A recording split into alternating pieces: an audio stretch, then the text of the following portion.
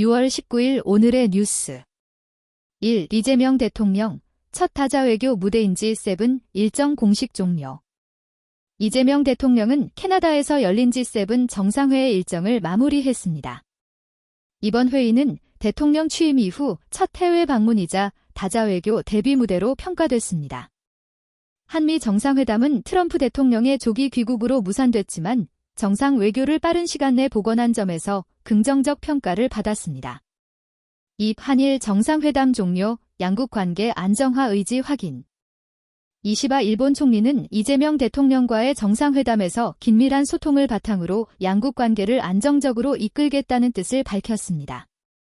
일본 주요 언론도 이번 회담에 대해 실질적 성과가 있었다고 보도하며 긍정적으로 조명했습니다. 3. 김민석 국무총리 후보자 인사청문, 증인 채택 놓고 여야 충돌.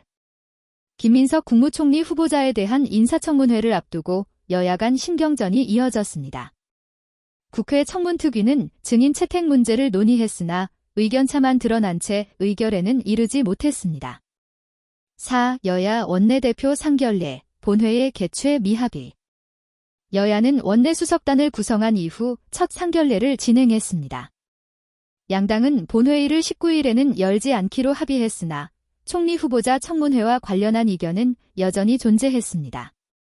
5. 국민의힘, 당 쇄신 놓고 지도부 갈등 지속.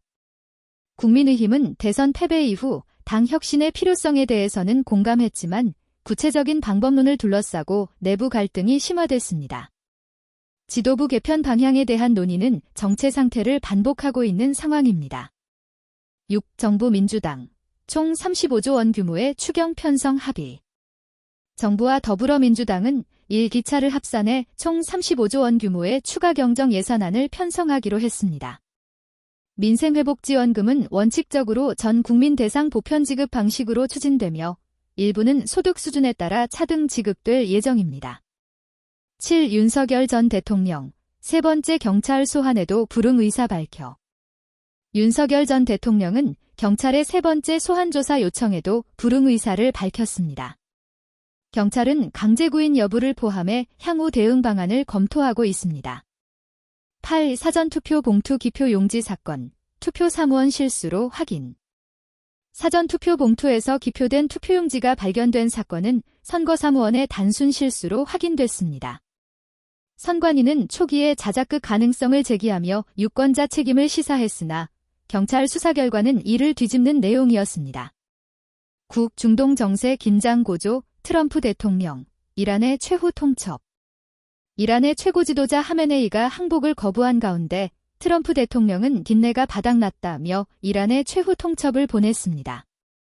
미국의 무력 개입 여부는 아직 최종 결정되지 않았다고 밝혔습니다. 12미 연준, 기준금리 동결, 물가 상승률 상향 성장률 하향. 미국 연방준비제도는 중동 불안과 자국 관세 정책 여파에 대응해 기준금리를 동결했습니다. 물가 상승률 전망치는 상향 조정됐으며 경제성장률 전망치는 하향됐습니다. 이상 6월 19일 오늘의 뉴스 한선희였습니다. 감사합니다.